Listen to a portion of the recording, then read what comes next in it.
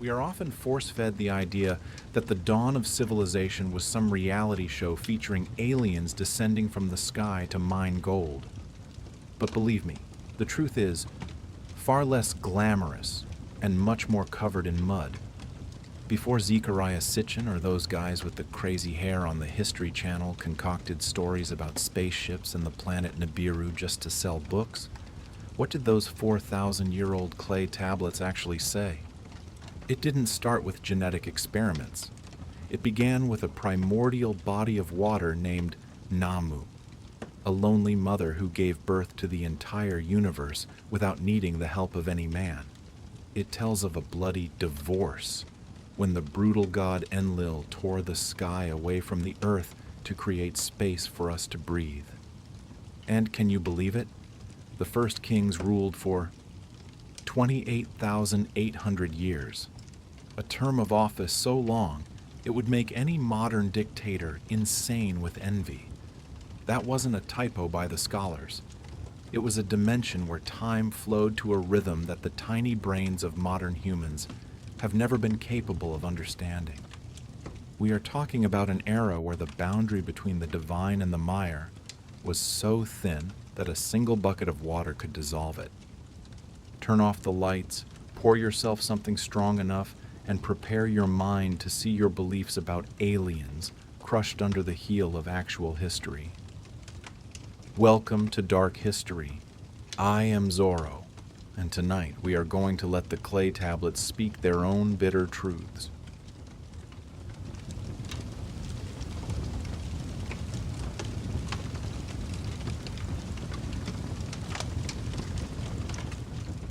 Tonight, let's temporarily forget the blockbusters about polished Greek gods or the theories reeking of aliens that you often see on Discovery. We are turning back the clock to a time when even the pyramids of Egypt were still blocks of stone deep underground, and the Sphinx had not yet been born to stare blankly into the void. We are talking about humanity's oldest written memories, the clay tablets of Sumer. Before you blurt out, "Is it the Anunnaki again?" I want you to take a deep breath. Dim the lights, feel the hum of the fan behind you, and join me in peeling back the truth. We won't be listening to Zecharia Sitchin, nor will we care about the sensationalist shows on the History Channel that always try to mold history into a cheap sci-fi script. Tonight, we let the clay tablets speak for themselves. And believe me, the original truth is scarier and more captivating than any spaceship you've ever imagined. Our story doesn't begin with explosions, genetic experiments, or massive gold mining operations. It begins in the eerie silence of something the Sumerians called Nammu. Imagine an absolute void, but not the pitch-black space with stars that we see through telescopes. It was a void that existed before the concept of space, before up, down, left, or right had any meaning. In that nothingness, there was only Nammu. Nammu was not a beautiful goddess with a sparkling crown. She was the primordial sea, the cosmic ocean encompassing all potential. She wasn't the water you drink every day, but a mystical matrix, a liquid state of existence from which all reality would eventually condense. The Sumerians didn't choose the image of water by accident. They lived in southern Mesopotamia, sandwiched between the Tigris and Euphrates rivers. To them, water was life, but it was also death. Water brought the silt for farming, but it could also wipe out a city in a single night of rage. You see, our ancestors were very practical. They looked at the floodwaters and saw a creative force that was both benevolent and cruel. But here is the point that makes Nammu distinct and mysterious. She was a self-procreating force. In almost all later mythologies, you always need a pair, a sky father and an earth mother, joining together to give birth to the universe. A traditional divine marriage, but not Nammu. She stood alone. She contained both male and female polarities, both will and potential, within herself. She was the sole creator before the world was split into opposing pairs. Archaeologists found clay tablets in the holy city of Nippur, dating back to at least 1600 BC, recording that, from her own essence, Nammu separated the first two entities, An, sky, and Kai, earth. At that time, An and Kai were not separated as we see them now. They were locked in an eternal embrace. There was no gap, no atmosphere, no room for anyone to breathe. The universe then was like a giant, tightly compressed fetus where everything existed only in the form of possibility. And then Enlil appeared. His name means Lord of the Air. And Enlil's first act was a great and violent divorce. For the world to exist, Enlil had to use his power to push An, Father Sky, upward and press Kai, Mother Earth, downward. This act was not peaceful. It was a powerful rupture, tearing apart the primordial unity to create the space in between. That is the atmosphere, the realm of wind, storms, and breath. It was in this turbulent space that Enlil had just created that life finally found room to wedge itself in. The three-tiered structure, heaven, atmosphere, earth, became the framework for the entire Sumerian worldview. A simple model, but enough to explain everything. Why rain falls, why the wind blows, and why we, tiny creatures, can breathe. But have you ever wondered why the Sumerians were so obsessed with the deep waters beneath the earth? They believed that beneath the solid ground we stand on was the Abzu, an infinite ocean of fresh water. This wasn't poetic metaphor. When they dug wells and saw water gushing up, they believed they had just touched the veins of the universe, touching the water that had existed since the beginning of time, even before Enlil separated heaven and earth. The true secret lies in the oldest city in the world, Eridu, the place where it is believed kingship first descended from heaven. Here, the temple of the god of wisdom, Enki, was built right upon the house of the deep waters. But who was Enki? Why was he considered the most subversive and intelligent god in that divine crowd? And why was the rise of salt water and fresh water the beginning of a terrifying power struggle later on?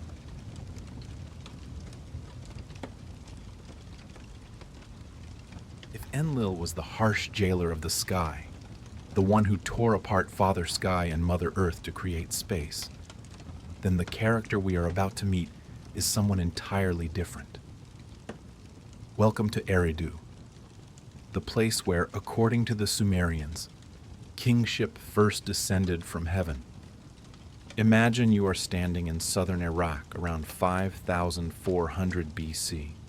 The air is thick with the smell of mud, salt, and dried fish. Amidst the vast marshes of the Persian Gulf, a city rises, and at its center is the Iabzu, the house of the deep waters. This is not just a temple. It is a direct connection portal to the mind of the strangest god in human history, Enki.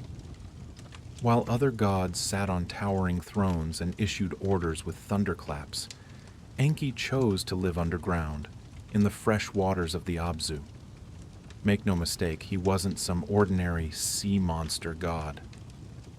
Enki was the embodiment of wisdom, magic, and especially craftsmanship. If this universe were a machine, Enki was the chief engineer holding all the source code.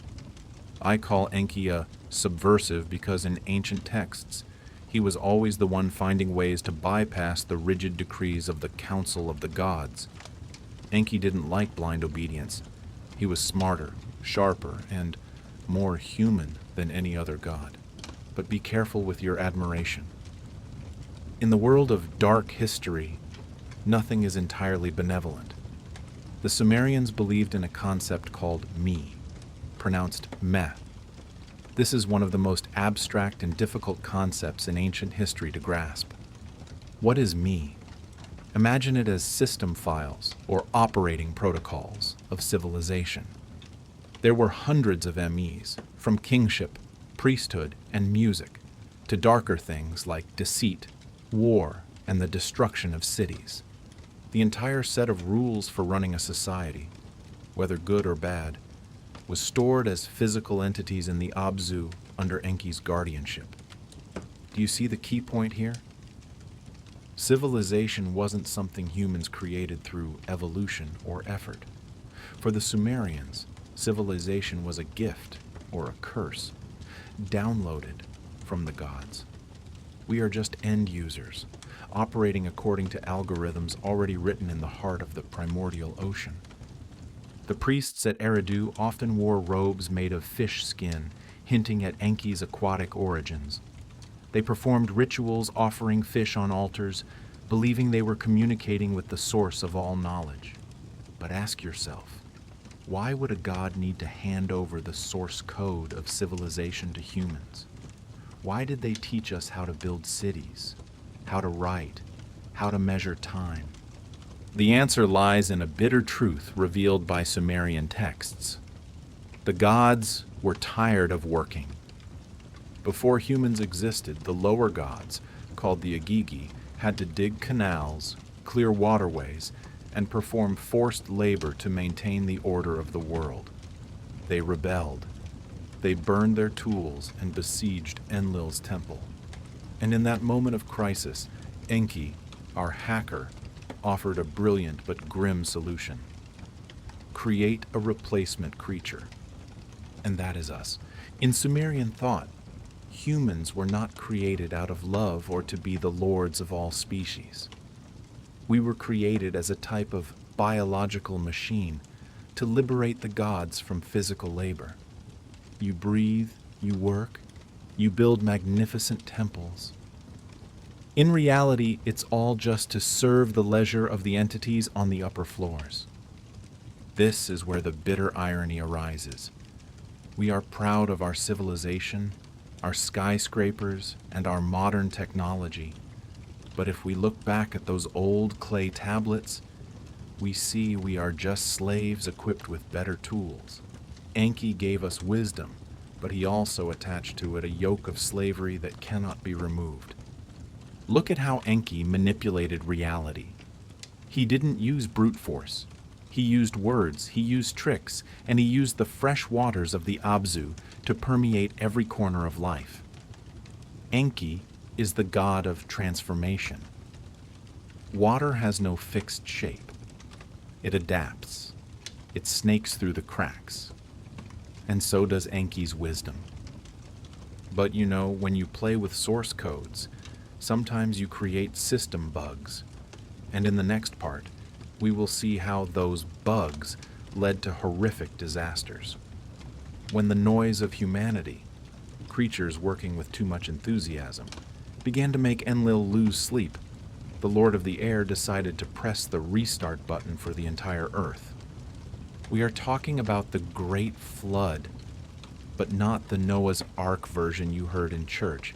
This is the more brutal version, where Enki had to stand on the line between betraying his divine colleagues and saving his flawed creation, which is us.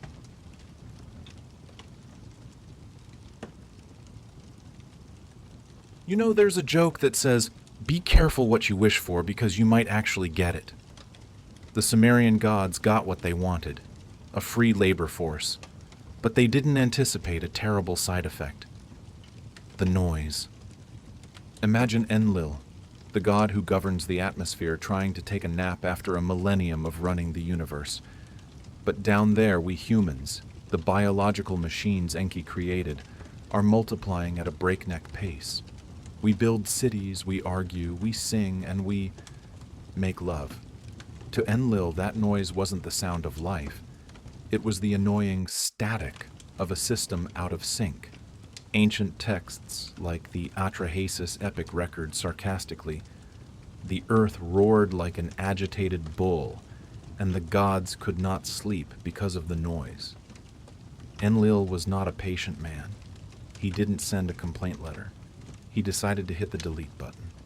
But before we talk about Enlil's wrath, I want to take you back to the nature of the mother water, the root the Sumerians were always obsessed with.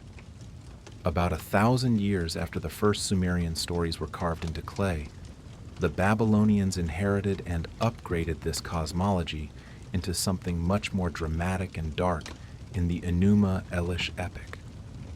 In this version, Nammu, the single and complete entity, was split into two extremes: Abzu, fresh water, and Tiamat, salt water. Zorro's note: this is the point where history begins to take on the colors of a psychological horror film. Tiamat is no longer the gentle mother. She becomes the deep, the embodiment of the chaos of the sea, a monster ready to swallow her noisy, divine children. Why this division? Look at the map of Mesopotamia. The Sumerians lived where the rivers, fresh water, flowed into the Persian Gulf, salt water. They saw the mixing of these two currents every day. To them, it wasn't just a geographical phenomenon. It was a cosmic mating. When the fresh water of Abzu merged with the salt water of Tiamat, the first gods were born. But notice this detail carefully. In the original Sumerian tradition, Nammu came before everything. She was the totality before the distinction between sweet and salty. This shows our ancestors once had a monistic view. Everything comes from a single source. Only later, as society became complex and full of conflict, did the gods start being divided into sides and monsterized. The Sumerians were not idle dreamers. Their belief system was deeply rooted in the alluvial mud beneath their feet. When a Sumerian dug a well, he wasn't just looking for drinking water. He believed he was piercing the thin crust of reality to touch the Abzu, the primordial ocean that exists eternally beneath every kingdom. Try to put yourself in their shoes. You stand in the middle of a flat, parched plain, but just dig down a few meters, and fresh water gushes up. To them, it was a miracle. Proof that this ordered world was actually just a tiny island floating on an infinite abyss of water. This connection was the axis of Sumerian civilization. At Eridu, in the Abzu temple, the priests performed rituals with a fierce belief. They were the sentinels guarding the boundary between order and chaos. They offered sacrifices to appease Enki, to ensure that the waters of Abzu would continue to nourish the city instead of rising up and drowning everything. But, as we know, order is a luxury and temporary. When Enlil lost patience with the noise of humanity, and when Tiamat in later traditions began to awaken from the darkness of the abyss, the beautiful world we know prepared to face a brutal purge.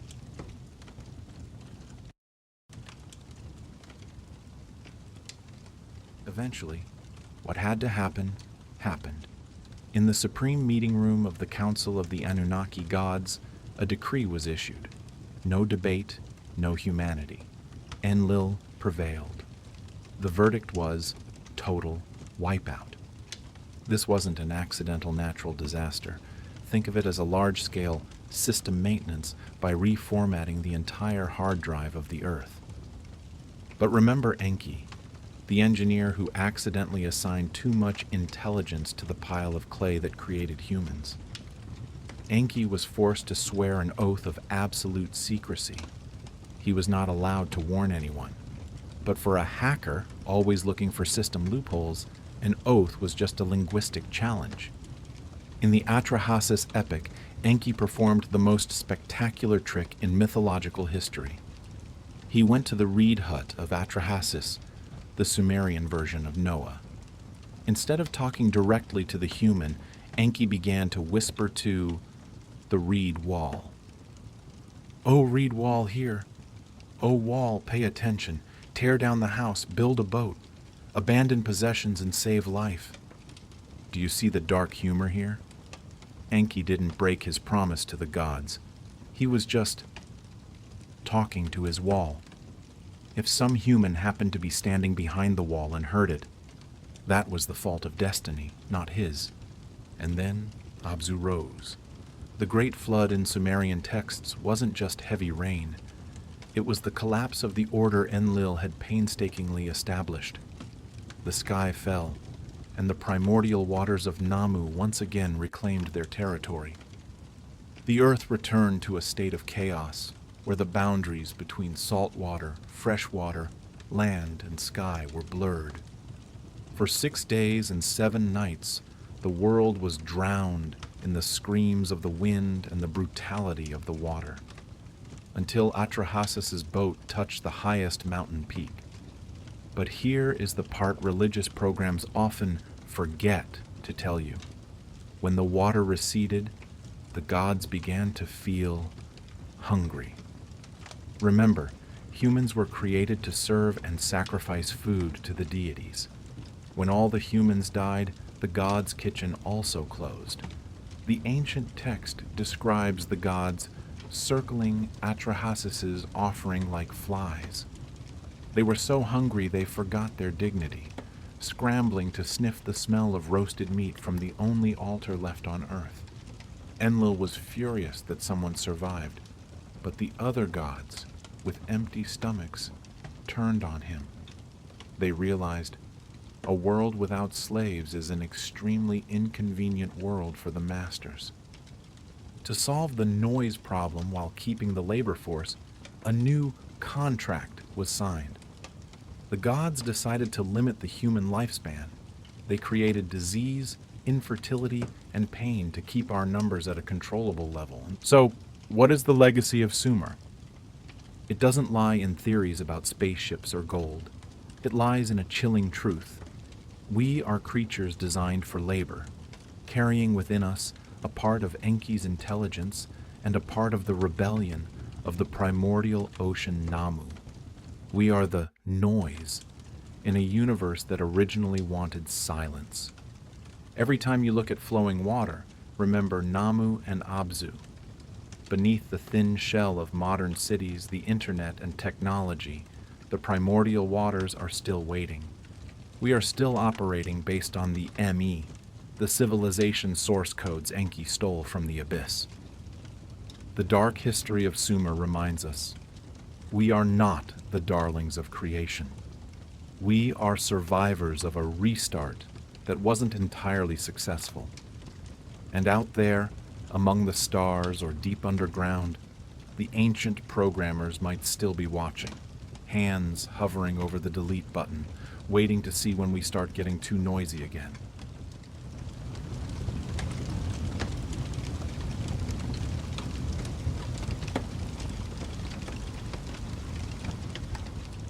Let's be honest with each other for a moment.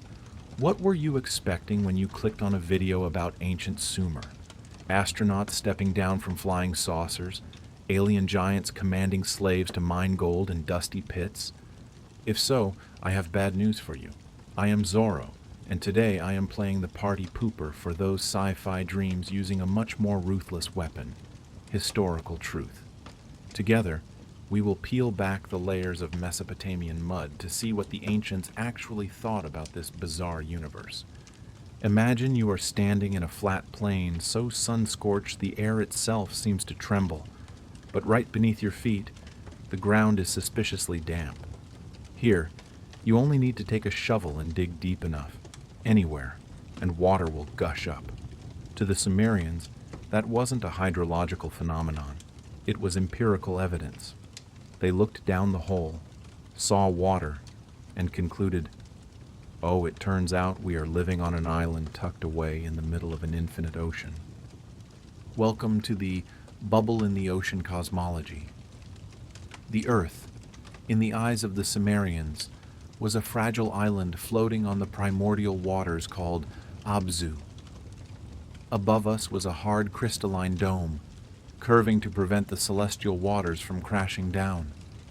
Sounds like a glass cage for a pet, doesn't it? A fragile cosmic order where the gods were not benevolent protectors, but jailers trying to keep that dome from cracking. And believe me, this bubble leaked frequently. When the Tigris and Euphrates rivers broke loose simultaneously, They turned the whole world into a vast inland sea. Proud cities became mere mounds of earth rising from the murky water. In those moments, humans understood that their world was just a small error in a state of eternal flooding. That is why the legend of the Great Flood was not a product of overactive imagination, but a collective psychological trauma etched into stone and earth. But here is the most interesting part, and also when I start the job of correcting century-long misunderstandings. Have you ever heard of the Anunnaki? Of course you have. Thanks to ancient astronaut theorists with imaginations flying too far from the ground, this name has become a brand for alien gold miners from the planet Nibiru. They say Anunnaki means those who from heaven to earth came. It sounds dramatic, but it's a spectacular linguistic scam. In actual Sumerian, Anunnaki is derived from the words An, sky, and Nana, royal. The most accurate translation?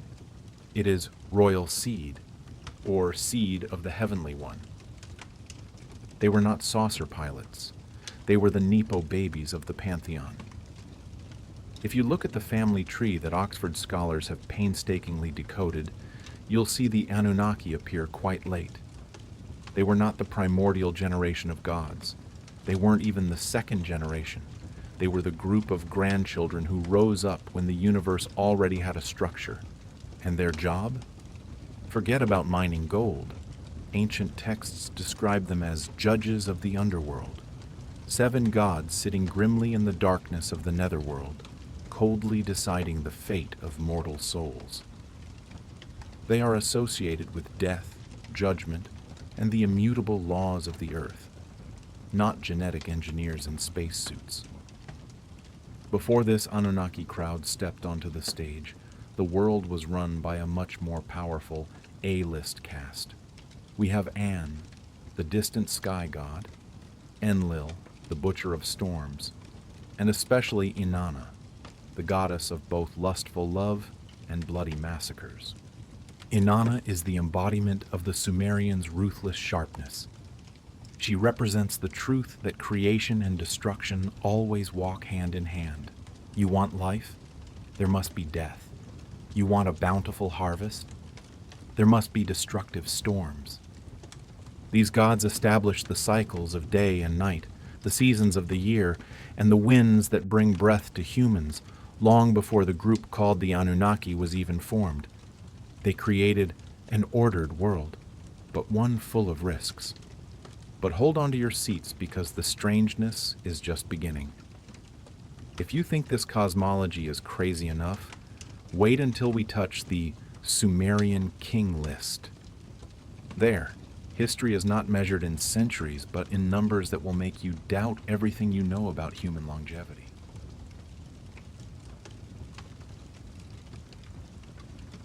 Now, let's set aside the stories of gods and the ghosts of the underworld for a moment.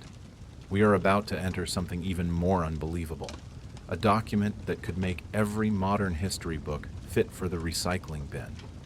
That is the Sumerian king list. Imagine I am holding an ancient list written on clay around 2100 BC. It begins with a cold assertion, enough to make any Democrat shiver. After kingship descended from heaven, the kingship was in Eridu. Do you hear that? In Sumer, power didn't come from elections, nor from a mob protesting for rights. It was dropped from the sky as a gift, or a sentence, from the gods. Kingship was a divine institution, an operating system pre-installed for humanity, and the first place to install it successfully was Eridu, the city of primordial things. But that isn't even the craziest part. Look at these numbers and prepare your mind for overload. The first king, Alulim, reigned in Eridu for 28,800 years. I repeat, 28,800 years. Let me help you visualize this. The entire history of humanity since the invention of writing has only spanned about 5,000 years. This guy Alulim sat on the throne for nearly 6 times longer than our entire civilization combined. What was he doing all that time? reading every book in existence, or simply waiting for the throne to take root in his backside. His successor, Alalngar, was no slouch either, with a 36,000-year reign. And then we have Enmenluana, the record holder at 43,200 years. In total, only 8 kings ruled 5 cities before the Great Flood wiped everything away, but their combined reign reached 241,200 years. At this point, modern historians start breaking into a cold sweat. They try to find logical explanations to reassure themselves. Some say, oh, perhaps their years were actually days. Fine. If you divide by 365, Al-Ulam would have reigned for about 79 years. Sounds reasonable for a long-lived elder, right? But that is just us imposing the logic of the weak onto a world we don't understand at all. I have another theory, more fascinating and also darker.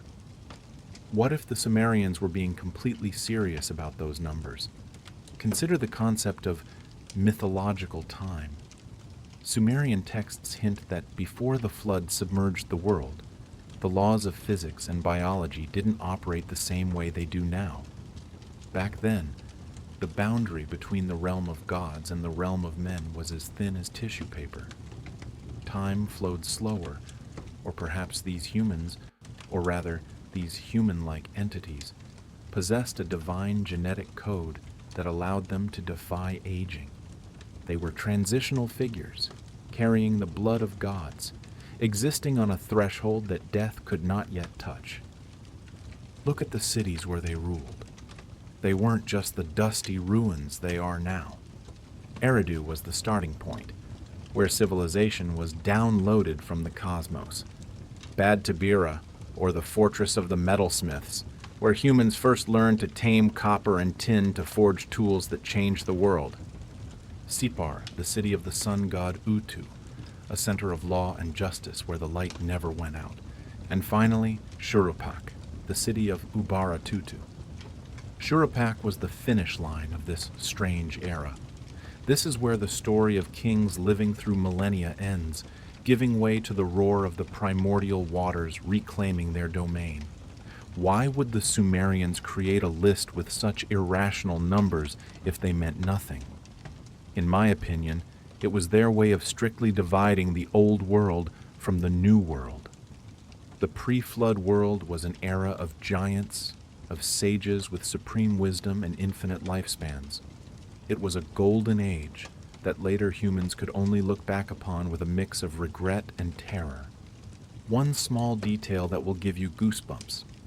The 8th king on the list, Ubaratutu, was the father of Ziusudra, the figure we know better as Noah. When the kingship in Shurupak ended, it was also the moment the gods decided that humanity had become too noisy and needed a thorough sanitization. But wait, before we talk about the flood and Ziusudra's nightmares, there is a question I've always wondered. If these kings really lived that long, what secrets did they pass down to us? Or were all those secrets buried under the mud of the greatest flood in history?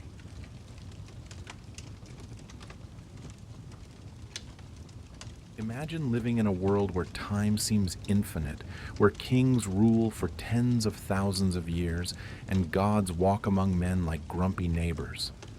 Then, suddenly, everything goes silent. A terrifying silence before the sky collapses. We usually hear about the Great Flood through the biblical version with Noah's Ark and a peaceful dove. But the Sumerian version? It is much darker, more realistic, and riddled with the political schemes of the gods. This isn't a story of salvation. It's a story of doom and the knots of destiny. Why did the gods want to destroy us? According to ancient texts, the reason wasn't because humanity was sinful or corrupt in the modern moral sense. The real reason would make you laugh at the irony. We were too noisy, that's right. Humanity multiplied. Cities popped up like mushrooms. And the noise from our activities made the god Enlil, the god of air and storms, unable to sleep. A god suffering from insomnia is an extremely dangerous god.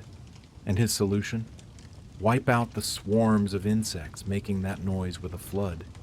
This is the moment the cosmic bubble we discussed in Part 1 began to leak. The gods decided to open the floodgates of heaven and let the waters of Abzu erupt from the earth. The cosmic order was broken. The crystalline dome cracked. The world returned to its primordial state, a pitch-black sea of water, without boundaries, without hope.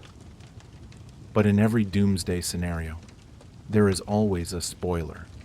Here, it was Enki, the god of wisdom and fresh water, who secretly tipped off Ziusudra, the last king of Shurupak.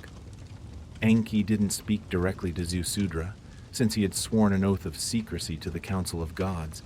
Instead, he whispered to the reed wall of the hut where Ziusudra was sleeping. "Wall, listen to me. Tear down this house, build a great boat, abandon possessions and save life. Do you see the craftiness of the gods? They always find loopholes in their own laws." Ziusudra survived.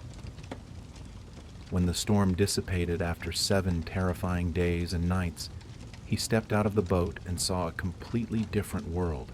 The once shining cities were now just fields of stagnant mud. 241,200 years of pre-flood history had been swept into the void. And this is where the Sumerian king list astounds us again. Right after the record of the flood, the text says, "After the flood swept over, kingship once again descended from heaven. Kingship was in Kish." But look at the new numbers. The post-flood kings no longer ruled for tens of thousands of years. The numbers dropped to a few hundred years, then a few decades, until they aligned perfectly with a normal human lifespan. What happened? Scientists call this the transition from mythological time to historical time. But from the perspective of a historical detective like me, it was a change in the very nature of the universe. The Sumerians believed the flood permanently altered the relationship between gods and men. The boundary between the two realms became more rigid. The gods retreated behind the veil, communicating only through omens and dreams. Human life was cut short, perhaps as a way for the gods to ensure we would never have enough time to become too powerful or too noisy again. We were pushed into a world of transience, of death, and of forgetting. This sharp distinction between the pre-flood and post-flood worlds is critical. It explains why the Sumerians were so obsessed with recording genealogies. They were trying to connect their short, fragile present with the glorious, immortal past of the pre-flood kings. They wanted to prove that even though the world had been reset, the royal blood and heavenly blessings still existed. Take a close look at Ziusudra.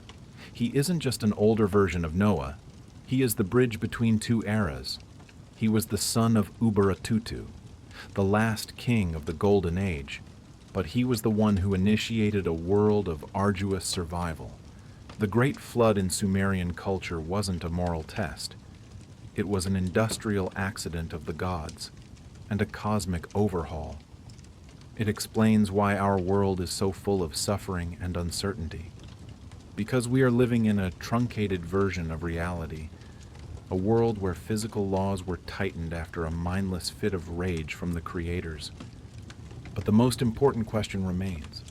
If the Anunnaki weren't saucer pilots coming to save or harm us, what was their real role in this post-flood order? Why were they pushed into the underworld to serve as cold judges for deceased souls? The answer lies in the final part of this journey, where we will discover the true legacy of the Sumerians, a legacy that isn't found in alien gold bars, but in the way they faced death and destiny.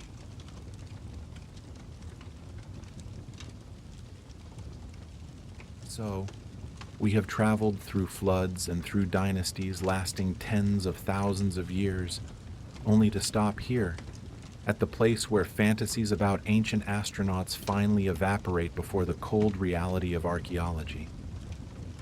Let me repeat one last time for those still dreaming. The Anunnaki were not genetic engineers from Nibiru here to mine gold. If you want to find them, don't look at the sky through a telescope. Look down, deep beneath the layers of clay, where the light of Utu never reaches. In the true Sumerian worldview, the Anunnaki were entities of destiny and death. They were the spirits of the earth, the chthonic gods who sat in judgment in the dark kingdom of the underworld. When the final breath leaves your chest, you must face these 7 gods of decreeing.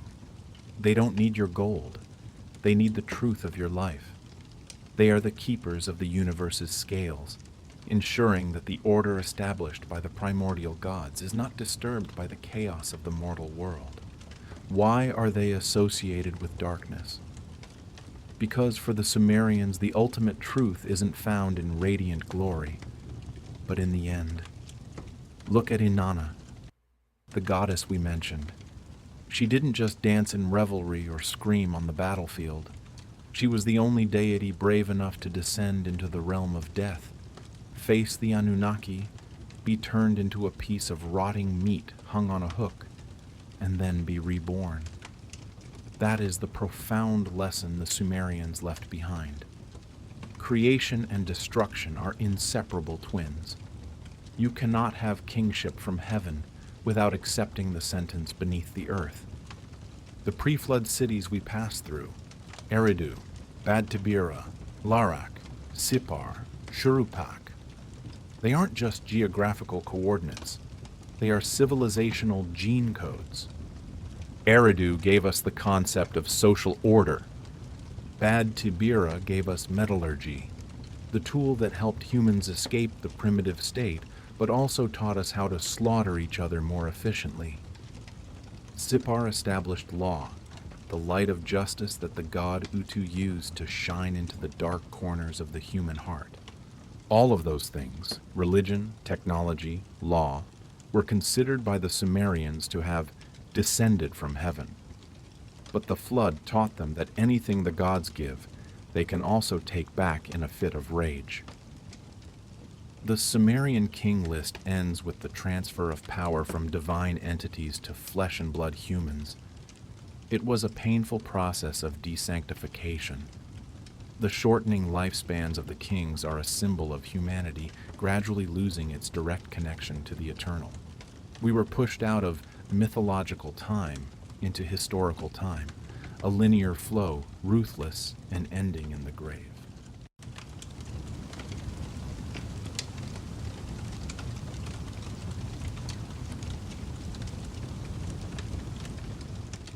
Before there were humans, the world was a massive construction site, and the ones who had to hold the shovels, carry the stones, and dig the canals were not us. It was the gods. You didn't mishear that. In the Sumerian worldview, there was a brutal class division right in heaven. The supreme Anunna gods like An and Enlil just sat in magnificent temples, sipping rice wine and issuing decrees. But the burden of reality? It weighed heavy on the shoulders of the lower-ranking gods. Imagine radiant entities having to soak in the mud to clear the flow of the Tigris and Euphrates. Divine hands having to crush clay to mold every brick, to build the cities of the bosses up high. How long did this script last? Thousands of years? Millions? No one knows. All that is known is that the misery reached a breaking point. The lesser gods began to grumble, then groan, and finally, bitterly rebelled. The divine tears that fell weren't out of compassion for humanity, because humanity didn't exist yet, but because they were completely exhausted. While the cosmic order was teetering on the edge of a bloody strike, one character remained outside the fray, Enki, the god of wisdom, skill, and the darkest secrets. Enki wasn't in heaven. He lay sleeping deep within the Abzu. Let's pause for a moment. Abzu wasn't just a lake or a river. In the Sumerian psyche, it was the infinite ocean of fresh water lying deep underground, a surreal space, dark and full of primordial power. It was Enki's private laboratory, where he isolated himself from the noise of the world above. But secrets cannot be hidden forever. Nammu, the primordial goddess, the mother who gave birth to everything, was the one who woke the sleeping monster of wisdom. She collected the painful tears of the laboring gods, carrying them down to the very bottom of the Abzu, through layers of pitch-black water to call out to her son. "Can you really lie there and sleep?" Nammu's voice rang out, cold as ice in a deep cellar.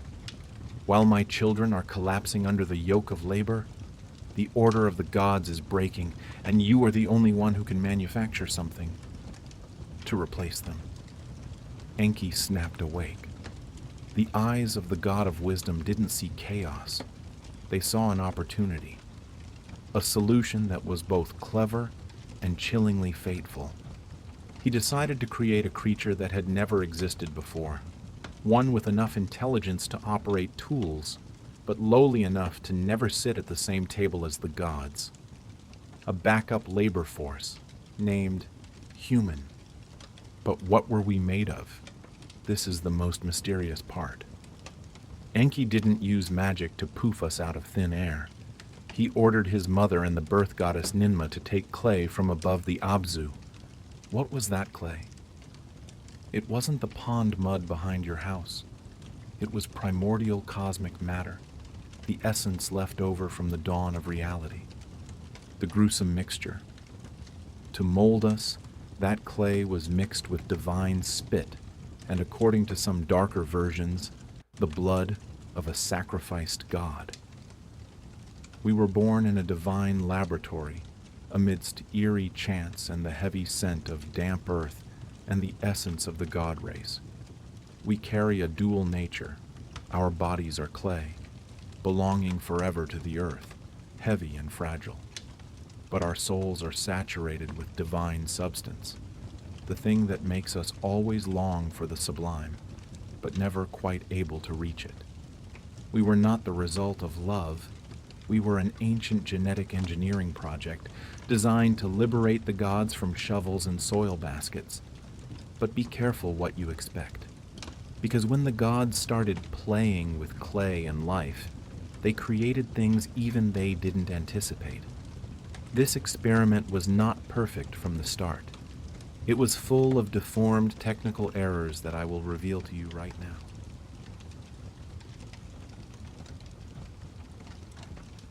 You think creating humans was a serious process, carefully calculated in a sterile lab? Well, brace yourself, because the actual script is more like a drunken party of the gods. After the Rookie project achieved its initial success, meaning the first humans began to know how to hold a pickaxe and carry bricks, our gods, instead of resting, decided to play a game. A competition to see who the real artisan was. On one side was Ninmah, the birth goddess with hands that mold life. On the other was Enki, the wizard of wisdom who always had an answer for every trouble. And this is where the story becomes truly bizarre. Imagine Ninmah and Enki sitting by the edge of the Abzu, surrounded by piles of wet clay. In a moment of spontaneity, or perhaps after a few jars of divine beer, Ninmah challenged Enki. "I will mold those with different forms, and let's see if your great wisdom can find a place for them in this world." It was like a system stress test. Ninmah didn't mold superheroes. She molded what we today call disabled people. She molded someone with shaking hands, unable to grasp, someone blind, living in eternal darkness, someone with paralyzed legs, unable to walk through the fields, someone who couldn't hold their urine, or a woman who couldn't bear children. One by one, the faulty samples were thrown at Enki. If he were an ordinary being, Enki might have discarded them as scrap. But no, Enki was a master social architect. For every deformed being, he smiled and granted them a special position. The blind person? They became musicians and singers in the temple, where eyes were less important than the soul and the voice. The one with shaking hands? They were placed in management or advisory roles, where only the mind was needed. The message here is deep, In the Sumerian world, no one was useless. Even if you couldn't dig a canal, the gods found a way to squeeze value out of you for the cosmic order. A very pragmatic humanism, wouldn't you say? But Enki didn't just know how to defend. When it was his turn, he launched a counterattack. He didn't just mold clay. He molded things that pushed the boundaries of the definition of human. Enki created a being the text describes as Umu-ul, an entity so weak it couldn't sit, couldn't stand, couldn't eat, a trembling mass of flesh without distinct shape. He placed it before Ninmah and challenged her to find a role for it. This time, the birth goddess failed. She was horrified. She tried to feed it, but it couldn't swallow. She tried to teach it to speak, but it only emitted meaningless moans. Ninmah realized, creation without wisdom to guide it only creates misery. This debate isn't just an ancient myth. It is a reminder that we humans are an incomplete entity. We are the result of a continuous process of trial and error. The Sumerian gods were not omnipotent, perfect beings. They were like mad scientists learning as they went, adjusting our source code even while it was running. Now, let me take a little swipe at the modern theories you often see on the Discovery Channel or in Zecharia Sitchin's books. Fans of the ancient astronaut theory always want to believe the Anunnaki were superior genetic engineers from the planet Nibiru, coming to Earth with a perfect DNA blueprint to create gold mining slaves. It sounds cool and very sci-fi. But the original Sumerian text tells a completely different story. The purpose. It wasn't gold. We were created for agriculture and temple building. The gods just wanted someone to cook rice and clean the house for them. The process. It wasn't precise genetic engineering in a lab. It was manual molding, spontaneity, and competitions full of the personal whims and mistakes of the gods. The Sumerians didn't see us as high-tech products. They saw us as beings made of mud carrying the breath of the divine. A precarious existence, full of technical glitches, always needing the supervision of the bosses above to avoid destroying ourselves. We are an open experiment, and like any software in beta, we are full of bugs. The question is, will the gods ever release an official update, or will we live in this obsolete state forever?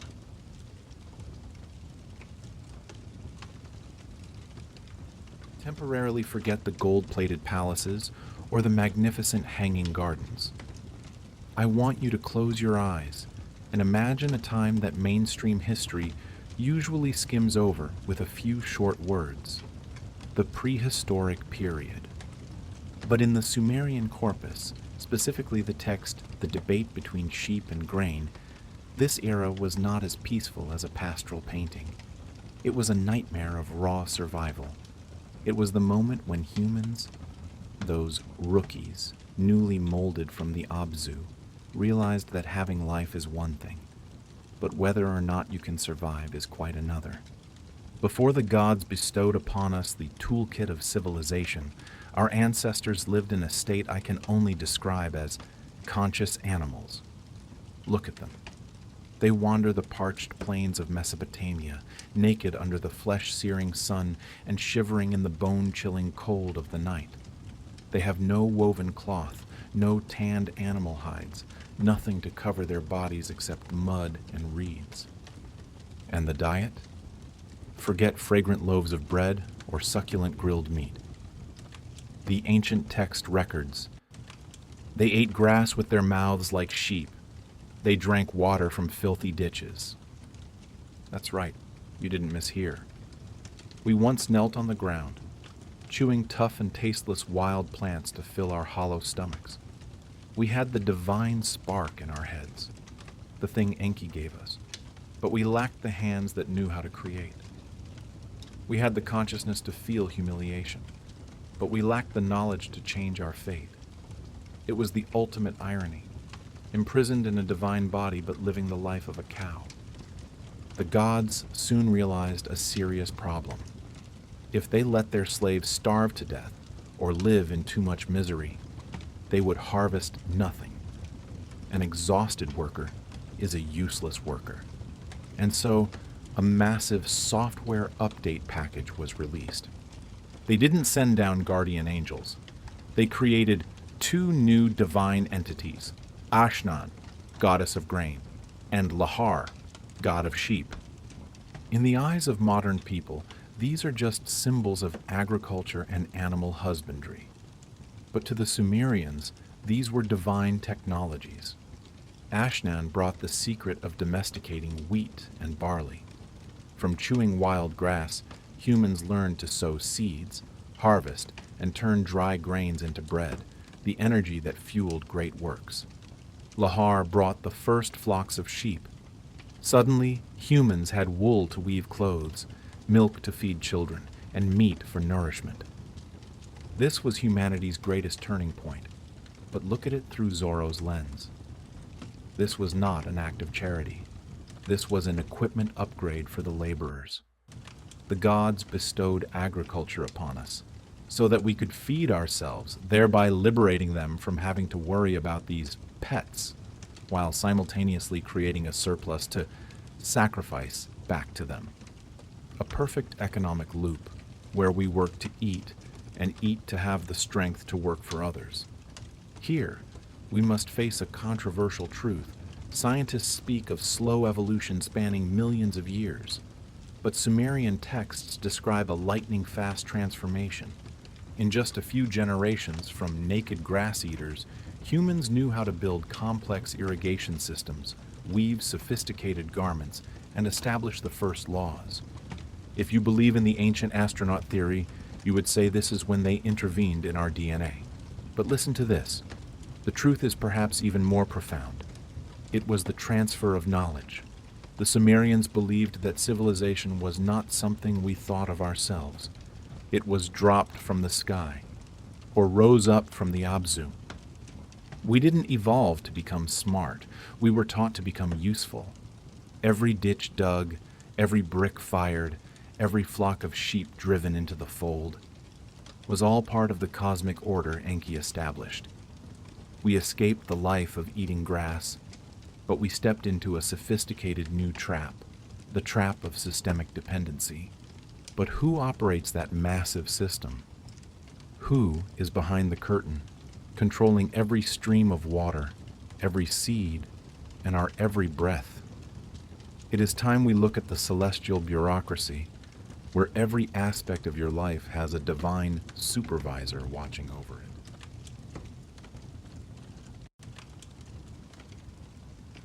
So, we have humans molded from clay, and we have the agricultural update package, so we no longer have to eat grass like sheep.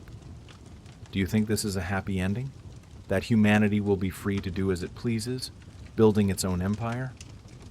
Oh, you are so naive. Look at the final text in this dossier. Enki and the world order. This is when our God of wisdom reveals his true nature. Not just a creator, but a CEO of a cosmic corporation. The Sumerians had a constant fear, chaos. They believed that if the gods let go for even a second, the world would dissolve into nothingness. Therefore, Enki, under the authorization of Chairman An, established what I call the divine bureaucracy. He didn't let the world operate automatically according to the laws of physics. There is no gravity or thermodynamics here. There are only administrators. Imagine Enki holding a clipboard, walking through the newly formed world and appointing department heads for every corner of reality. Department of Irrigation, a god assigned the task of guarding springs and rivers. He is the one who decides whether water flows into your field today or drowns the whole village in a flood.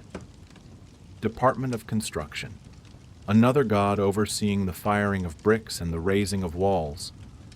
You think you built your own house? No. You are working under the supervision of a celestial architect. Department of Agriculture and Livestock. From seeds sprouting to flocks of sheep breeding, everything has divine surveillance cameras. Department of Domestic Affairs. Women. Even the weaving and spinning of women has its own goddess to govern it. Not a single act of yours, no matter how small, falls outside this system. This is the essential difference between the ancient worldview and our beliefs today. We believe in a self-operating universe.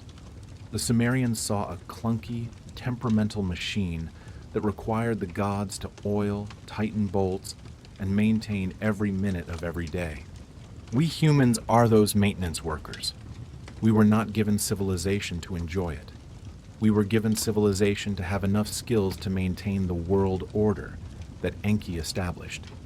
Every time you dig a ditch, you aren't just watering your barley. You are helping the gods keep the flow of the universe from becoming clogged. Now look at the whole picture again. Modern theories like those of Zecharia Sitchin try to turn the Anunnaki gods into astronauts with laser guns and spaceships. It sounds thrilling, but it accidentally strips away the ruthless depth of the original Sumerian faith. The Sumerians didn't need flying saucers to feel controlled. They saw that control in the very grain they ate, in the very brick they molded. We are beings molded from trial and error. We are the result of a drinking session between gods. And we live in a world where freedom is just an illusion, because every aspect of life is a job position in Enki's machine.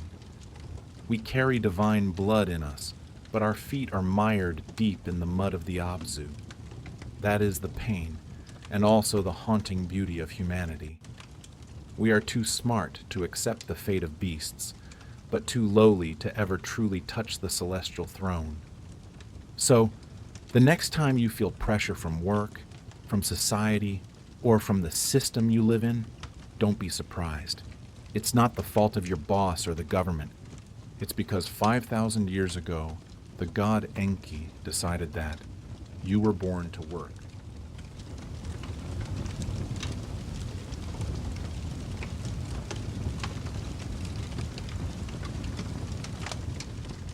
Imagine a world without an automation mode. You think the sun rising, river water swelling, or a child being born are obvious physical laws? Forget that. For the ancient Sumerians, humanity's first brilliant civilization in Mesopotamia, the universe was a clunky, temperamental machine that needed care every second and every minute.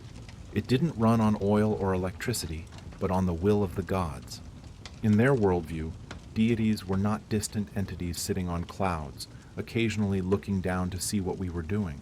No, they were senior managers in a multinational corporation called Reality. Everything, from the horrific floods on the Euphrates to a decision to march for war, had the direct hand of the divine. Between the realm of gods and the realm of men, there was no steel wall. That boundary was as thin and permeable as a piece of wet paper. A sneeze in the divine realm could cause a sandstorm in the human realm.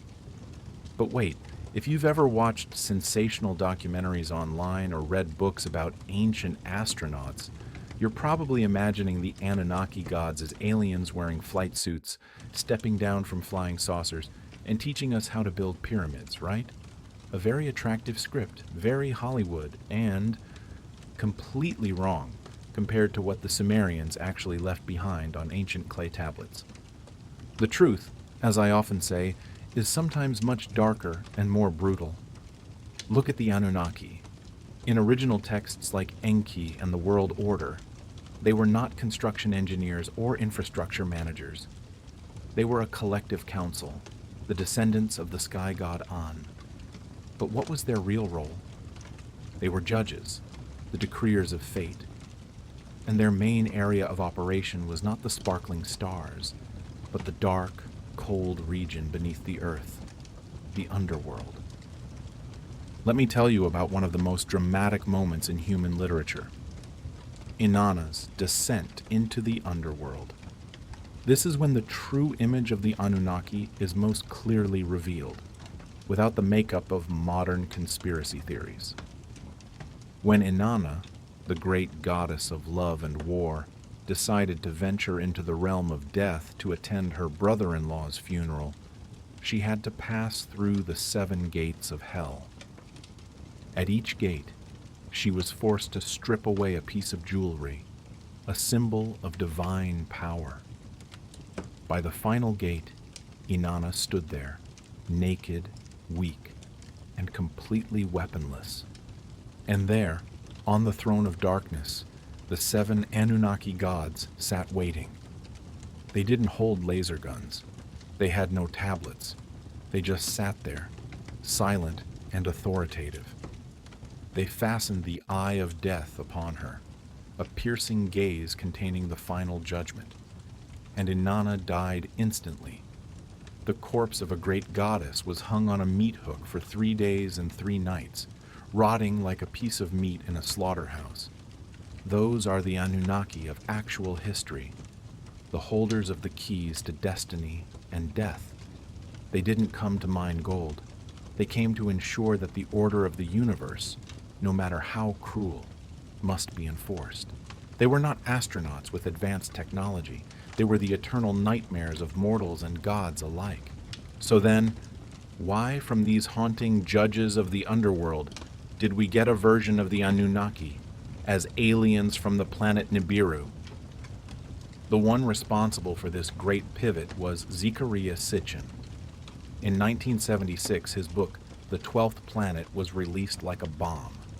Sitchin claimed to be the only person who could truly read and understand Sumerian cuneiform tablets, surpassing even the top professors at prestigious universities. But let me tell you a little secret about our detective, Sitchin. He had a degree in economics from the University of London, an excellent degree for understanding inflation or the stock market, but for translating ancient Sumerian, a dead language with grammar complex enough to drive one mad. Perhaps it was a bit beyond his reach. Sitchin never published his translations in scientific journals for peer review. Instead, he chose a shortcut, writing bestsellers for people who like fantastical stories. Sitchin claimed his translations revealed a hidden truth. The Anunnaki were aliens from Nibiru, a planet with a bizarre elliptical orbit that visits Earth once every 3,600 years. And the reason they came here?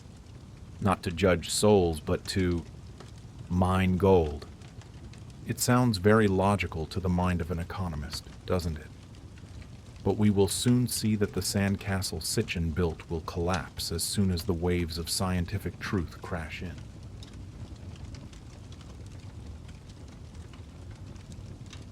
Welcome to the next chapter of the play called Distorted History. In the previous part, we saw a Zecharia Sitchin with an economics degree trying to tell a sci-fi story based on 5,000-year-old clay tablets. Now join me as we go deep into the rabbit hole he dug, a hole filled with gold, genetic genes, and linguistic errors so ridiculous they are laughable. Imagine the setting Sitchin painted.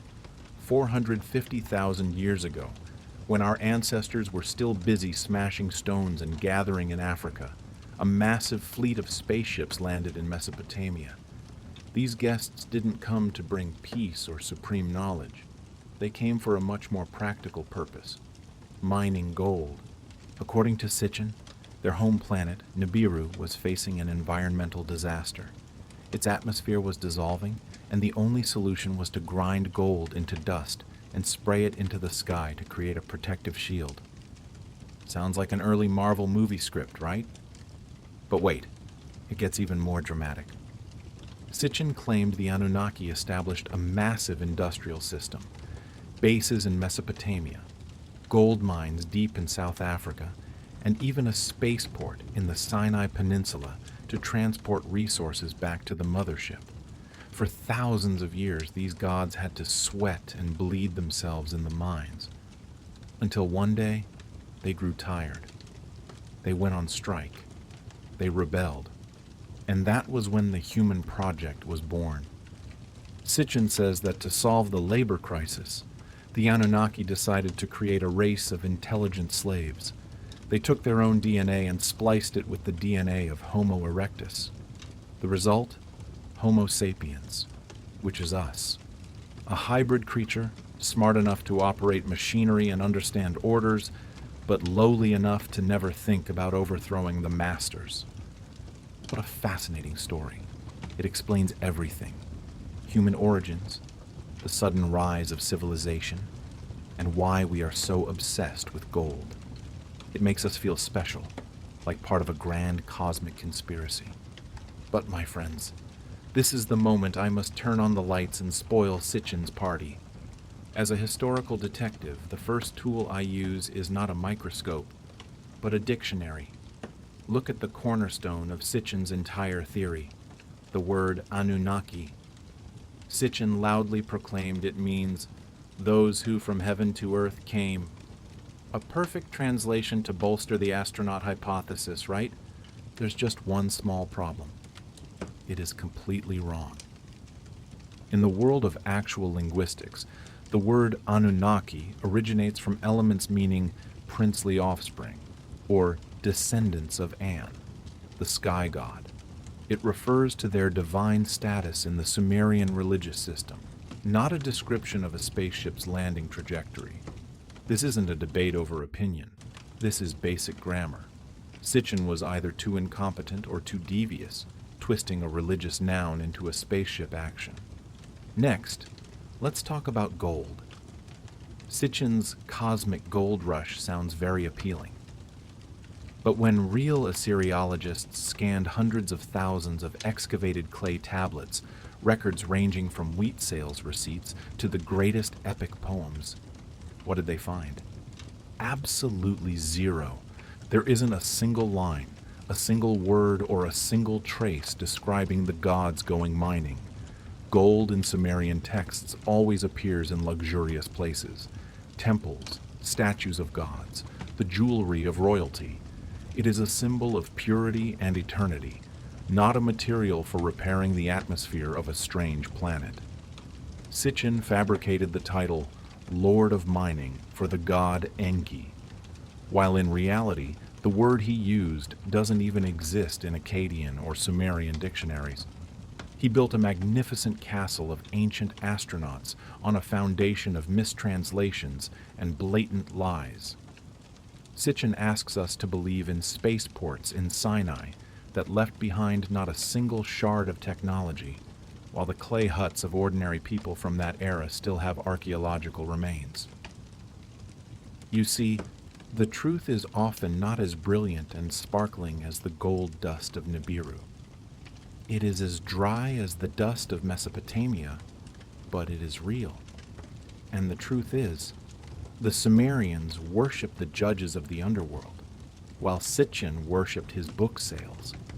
But wait, Sitchin's supporters still have one final card, the images. They point to ancient cylinder seals and say, "Look, that's the solar system. That's a spaceship."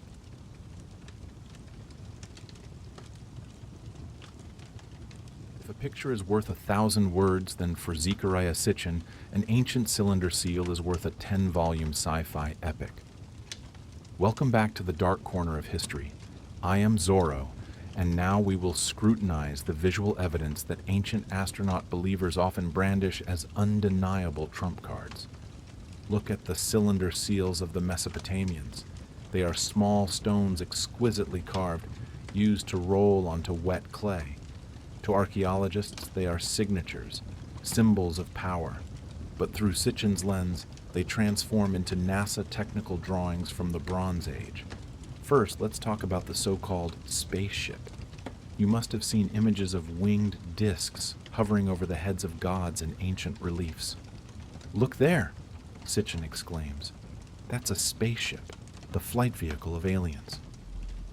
How funny it is that we always try to impose 21st century thinking onto souls from 5,000 years ago. To the Sumerians and Akkadians, those wings were not jet engines or rudders. They represented the sacred movement across the sky of sun gods like Shamash or Utu. The wings were a symbol of light spreading from one horizon to the other, the presence of the divine everywhere. Calling that a spaceship is no different from looking at a painting of an angel and declaring they are using alien anti-gravity technology. And what about the horned crowns the gods usually wear? ancient astronaut theorists look at them and whisper, "Those are definitely technological helmets or radio communication devices."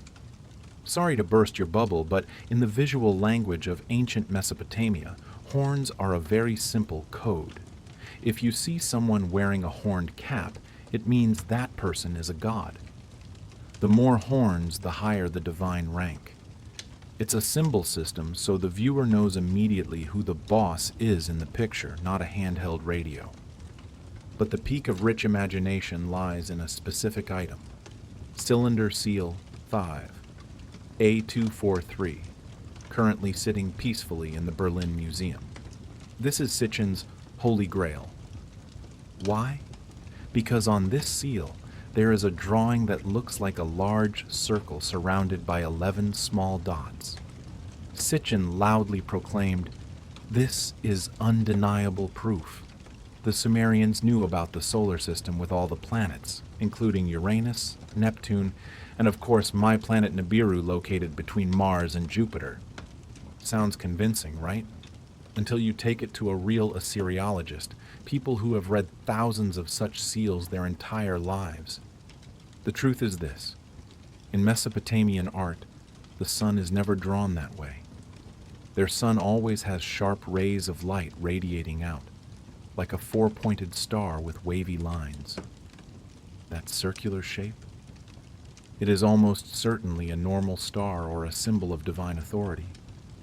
As for the planets surrounding it, in thousands of other seals, those dots are used to represent stars or astral deities.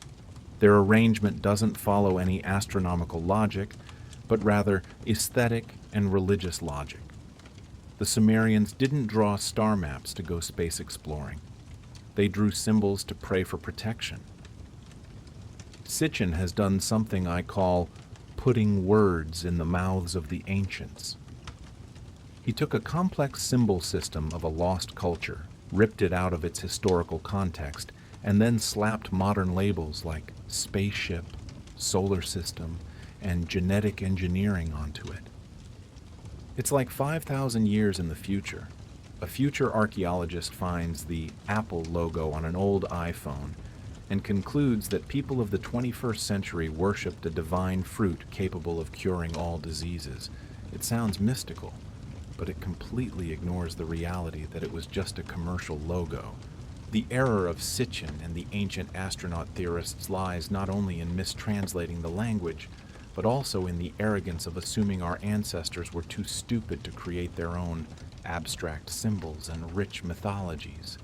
They needed an alien to hold their hand for everything. But my friends, the real alien in this story is ignorance, wrapped in a layer of pseudo-scientific shell.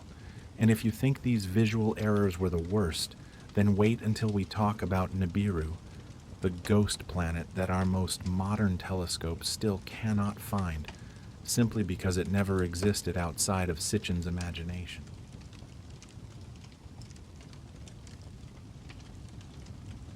This is the final brick, holding up the entire structure of the ancient astronaut theory before it collapses. Sitchin asserted that, based on Babylonian and Sumerian astronomical texts, there is a giant 12th planet, counting the sun and the moon, lurking at the edge of the solar system. It has a narrow, elongated elliptical orbit that takes 3,600 years to complete one revolution. Every time it sweeps near Earth, it brings gods, disasters, and great turning points for civilization. It sounds romantic and epic, doesn't it? A lost sibling of Earth that occasionally pays us a visit. But here is the problem. Physics does not care about your imagination. If a planet with the mass Sitchin described actually existed and periodically dove into the core of the solar system, it would be like a giant iron ball rolling across a glass chessboard. Its gravity would cause horrific disruptions. The orbits of Jupiter, Mars, and even Earth would be stretched and skewed to the point where we would never see the stability we have today. The asteroid belt would be churned up, and astronomers would see clear traces in the orbital mechanics of every surrounding celestial body. But guess what? We look into space and see only perfect silence. There is no disturbance, no outsider, silently pulling our orbits out of alignment. And let's talk about observation technology. Sitchin wrote these books in the 70s and 80s, when we didn't yet have powerful space telescopes. Perhaps back then, hiding a planet was easier. But today, it is 2025. We have the James Webb Space Telescope. We have mapped out even the darkest regions of the Kuiper Belt beyond Pluto. We have found tiny, faint dwarf planets like Eris, Sedna, or Makemake at distances of billions of miles. These objects are hundreds of times smaller than Nibiru and much farther away, yet we still see them clearly. So how could a giant planet, the home of the Anunnaki gods, be invisible to all of humanity's thermal, infrared, and optical sensors? NASA and major space agencies around the world have spent countless pages of ink clarifying. Nibiru does not exist. They were forced to speak out because of the 2012 doomsday craze fanned by Sitchin's followers, which left millions panicking about an impending planetary collision. 2012 has long passed, and the sky remains the same. Nibiru remains only a ghost on the pages of bestsellers, not on star maps. So, why did the Sumerians mention the name Nibiru? The truth is much less dramatic. Ancient astronomers did indeed mention Nibiru, but in Babylonian texts, it was usually a name for Jupiter at a specific position in the sky, or a term meaning crossing point or equinox. It was an astronomical concept used to mark time and position, not a wandering planet carrying gold-hungry astronauts. Sitchin's hypothesis requires us to believe something absurd, that the Sumerians living 4,000 years ago, with only naked eyes and clay tablets, had knowledge far exceeding every piece of 21st century modern equipment. It contradicts every law of human knowledge accumulation. When we look back at this entire picture, what do we see? A self-taught economist who cooked up mythology, twisted language, and ignored physics to create a modern religion. A religion where we, humans, are merely the flawed products of an alien genetic experiment. I find that profoundly ironic.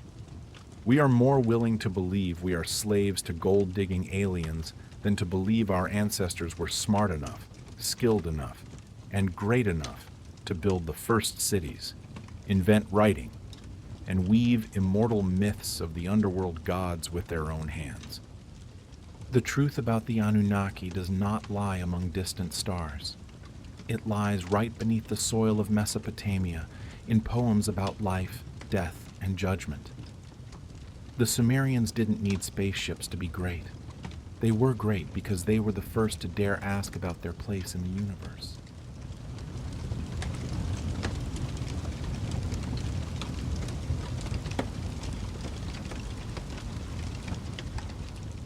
Be honest with me. When you hear the name Sumer or see ancient Mesopotamian clay tablets, what does your brain automatically jump to? Spaceships? Ancient astronauts descending from the planet Nibiru to mine gold? Or some mysterious cosmic code that experts on the internet keep whispering about? I hate to burst your bubble, but the truth lying beneath these 4,000-year-old layers of dust is much darker and more human than those cheap sci-fi scripts. Sumerian texts are not NASA technical drawings. They are a mirror reflecting the soul of a dead civilization, where humans tried to explain a universe that was both brilliant and ruthless. And believe me, the gods they worshipped, they were not benevolent, perfect entities. They were flawed rulers, entities who, if they lived in this era, would probably be dictators or scandal-ridden Hollywood stars. In the Sumerian worldview, this universe didn't just happen, and it certainly wasn't created to serve you. It began with Nammu, a vast and chaotic primordial ocean. Then Enlil appeared, using brutal strength to tear the sky away from the earth, a cosmic scale division of assets. But look at the board of directors of this universe. They possess the power to bend reality, but their personalities are no different from the worst neighbors you could imagine. They love, they get jealous, they plot, and most importantly, they are extremely impulsive. Imagine a god standing in front of a mirror and saying to himself, "I feel a bit cranky today. Maybe I should strike that city with a natural disaster just to vent."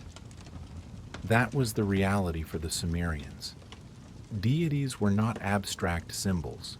They were real individuals, ones who could bless you in the morning and wipe you out in the afternoon just because of a baseless fit of temper. Are you proud of human intelligence? Do you think we are the smart species that invented agriculture, writing, and law? The Sumerians would look at you with pity. To them, there was no such thing as self-reliance. Everything you have, from the plow to turn the soil, the livestock techniques of Ashnan and Lahar, down to the very words I am reading now, all of it are gifts, or rather alms, from heaven.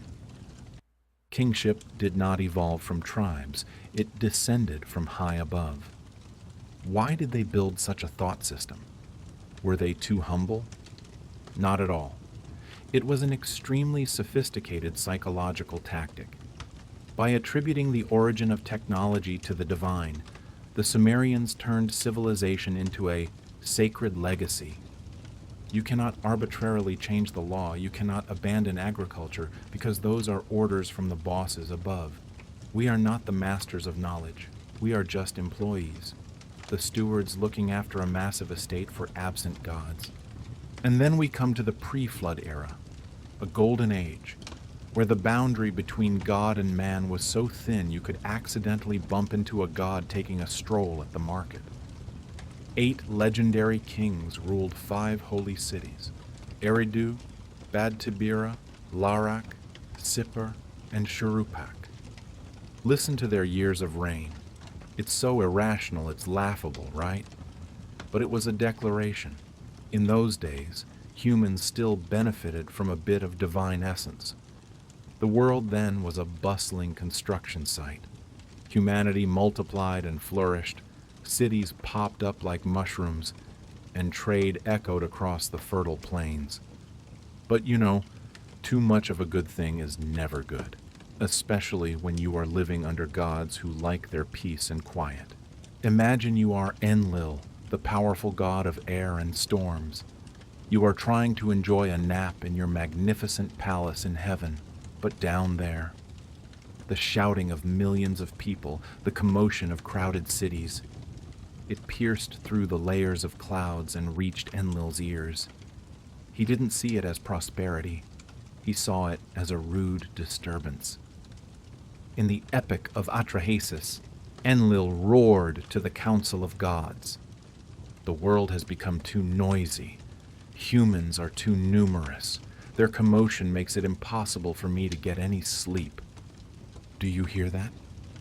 Not because humans were evil, not because we committed sins or fell from grace, but simply because we were too noisy. We disturbed a god's sleep. And so a cold decision was made in the secret meeting of the gods. A great flood would sweep everything away, wipe out the cities, return the world to its primordial state of silence, the death of an entire race, just in exchange for a good night's sleep for one individual. Welcome to the justice of the Sumerian gods.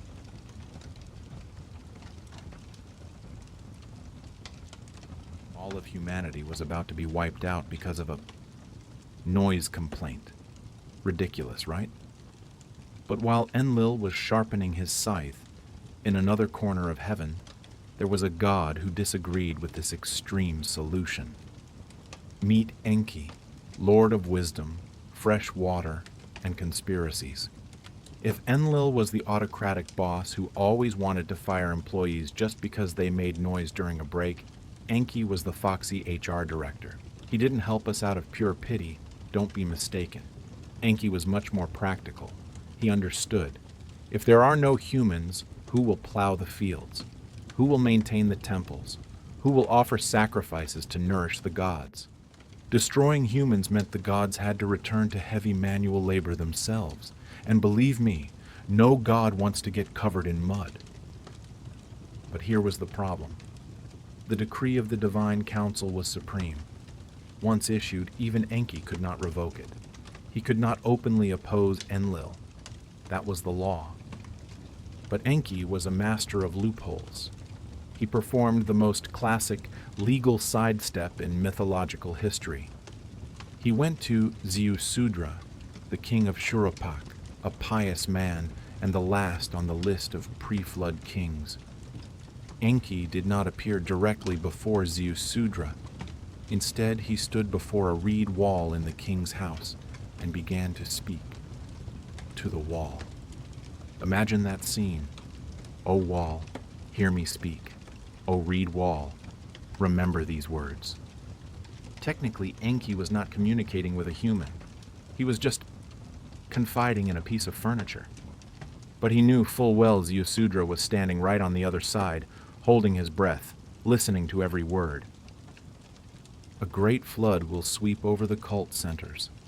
A decree to destroy the seed of mankind has been issued. This is the final word of the Divine Council. The message was delivered without violating the letter of the divine law. A spectacular trick right under Enlil's nose. The order passed down was clear and urgent. Tear down your house, build a boat, abandon possessions and save life. Bring the seed of all living creatures onto the boat. Ziusudra had no time to ask questions. He had to become a reluctant shipbuilder while the rest of the world was still busy partying and making noise. The Eridu Genesis text is quite damaged at this part, but we can still imagine a secret construction site in the dark of night. Ziusudra had to build a giant, watertight ship, large enough to hold his family, skilled craftsmen, the ones who would keep the flame of civilization from going out, and representatives of every animal species. Think about the irony. While Ziusudra's neighbors were probably laughing at the crazy old man building a massive ship in the middle of a dry plain, he was the only one holding the final ticket to survival. He was packing an entire civilization into planks of cedar and bitumen. And then, the day arrived. When the latches of the ship were closed, a terrifying silence enveloped Shuruppak. Suddenly, the sky was no longer the sky. It became a giant, crumbling manhole. The text describes it as a convergence of every poisonous wind, every storm surge from every direction. They weren't just rain. They were a single catastrophic force wanting to crush everything beneath its feet. The Great Flood had begun.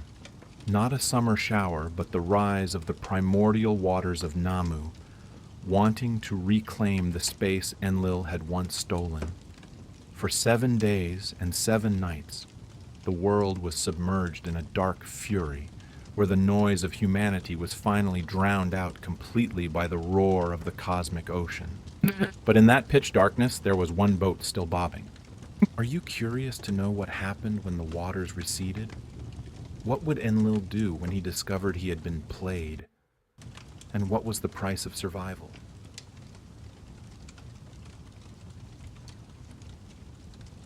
"7 days and 7 nights. Try to imagine that horror. No compass, no radar, just a solitary wooden ship being tossed about in a shoreless ocean. Enlil had achieved what he wanted. Silence. No more hammering, no more street vending, no more crying children. Only the roar of the wind and the sound of water slapping against the hull. A silence. That was deadly.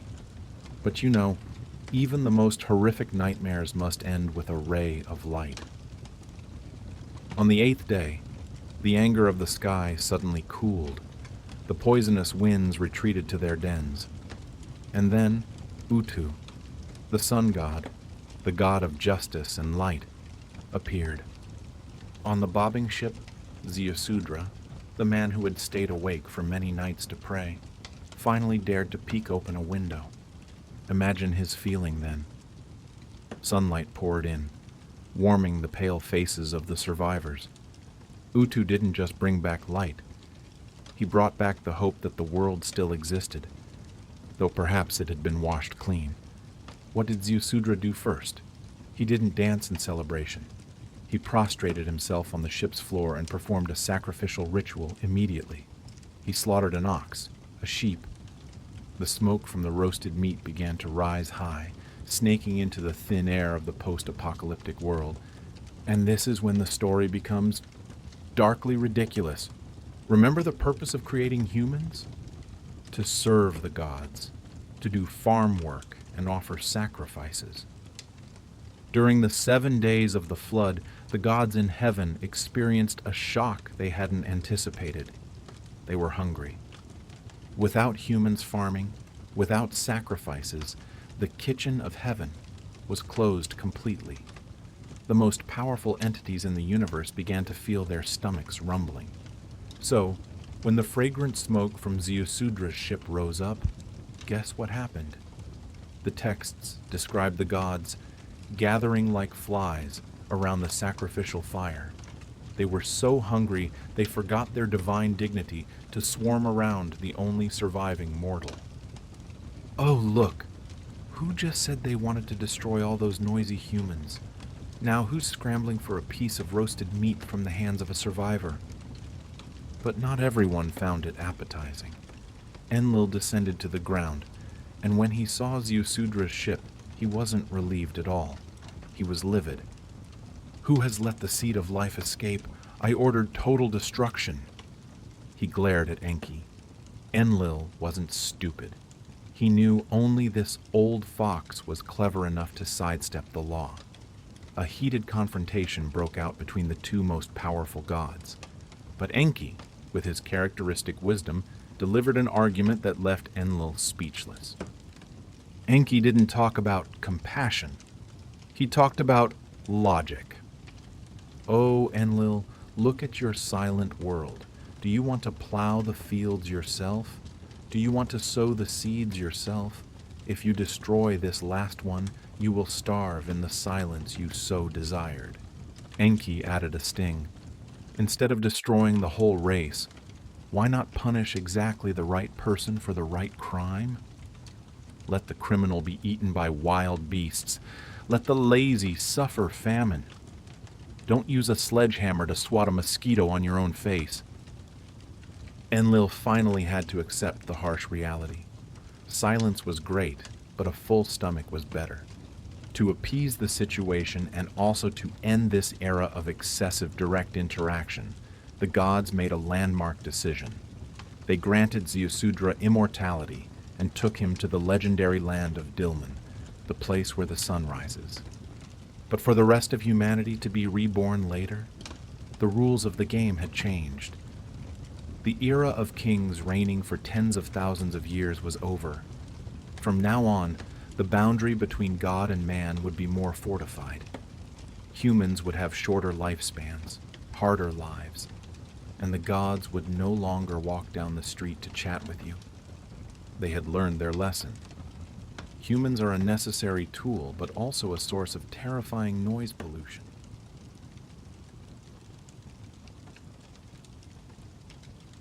So the waters receded. Ziusudra became an immortal god in the distant realm of Dilmun. But for us, the descendants of the black-headed people, the game had only just begun. The Great Flood was not just a natural disaster in the Sumerian memory. It was a dividing marker. On one side was the age of miracles and gods walking in the streets. On the other is the harsh, dusty reality we live in today.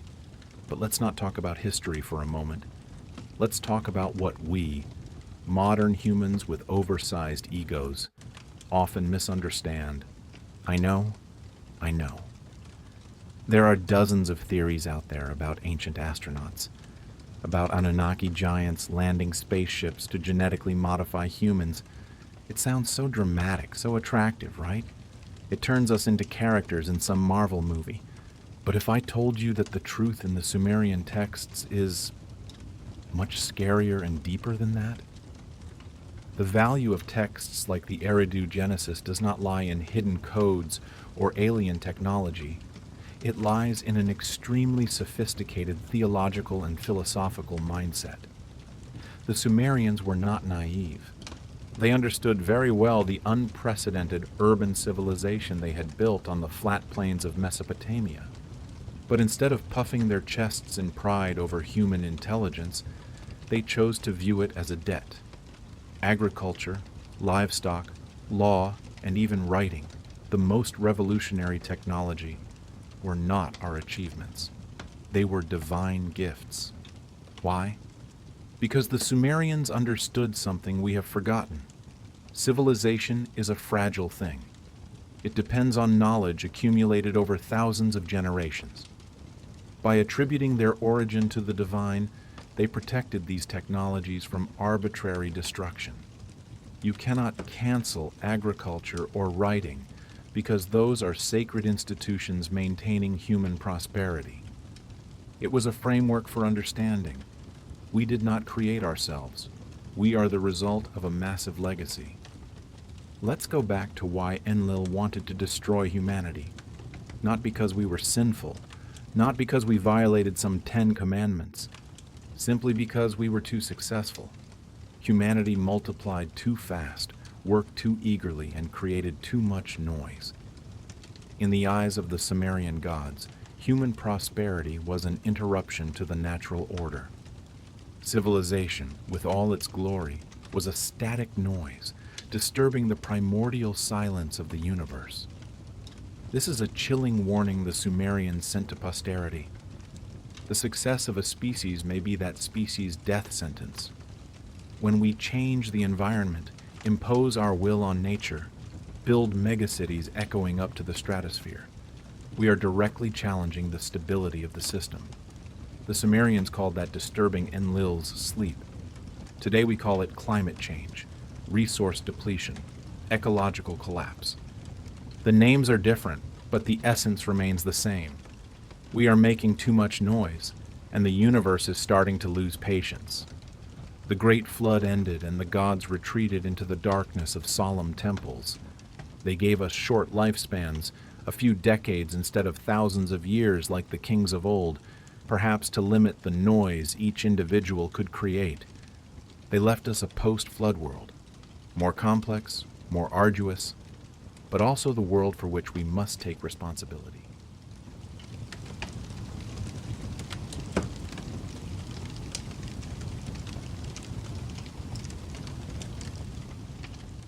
You know, the Sumerians had a very poetic way of describing their great cities. They called them the cities of the half-bushel baskets. It might sound like a produce grocery store, but in reality, it was the symbol of a perfect economic machine. Standardized units of measurement, massive food production centers where humans believed they had domesticated nature. But look at what happens when the gods feel out of sorts. Those baskets become nothing more than debris drifting down a toilet. For 7 days and 7 nights, the world was no longer a place for living. It was a giant washing machine on the highest spin cycle. The Great Flood wasn't just rain, it was an all-out assault from the heavens. The massive ship of Zeusudra, our reluctant hero, was tossed upon the violent waters like a plastic toy in the hands of a child in the middle of a tantrum. Outside that thin wooden shell, it was the end. Imagine it. The ziggurat temples reaching for the clouds, where priests once proudly claimed they could speak with the gods, submerged. The bustling marketplaces, where scribes were busy carving the first cuneiform signs to record barley sales, wiped clean. The entire so-called order that humanity painstakingly built after the gods separated the sky from the earth had vanished. The universe of cultivated fields and urban streets was drowned, returning the world to its primordial state, a pitch-black mass of chaos and undifferentiated water. Every monument, every technological innovation, Every human ambition was erased as if they had never existed on the map of history. And then, after a horrific week of wind, rain, and rising tides, when the wrath of the gods finally seemed exhausted, the water began to recede, very slowly, like a killer slowly leaving a crime scene. Ziusudra tremblingly opened a small window on the ship, and here, a truly cinematic moment. The sun god Utu, who had been hiding behind dark clouds for a week, finally deigned to appear. His light shone into the dark, filthy cabin where Ziusudra, his family, and a huddle of animals were cowering together, stinking and full of fear. But look at the first act of this sole survivor. Do you think he would curse the gods for killing all his neighbors? Oh no, you are quite mistaken. Ziusudra immediately performed the sacrificial rituals. He slaughtered oxen, offered sheep, prepared crescent-shaped barley cakes, and burned juniper, a plant whose fragrant smoke was said to be especially pleasing to the gods. Let's pause for a moment to analyze this psychology.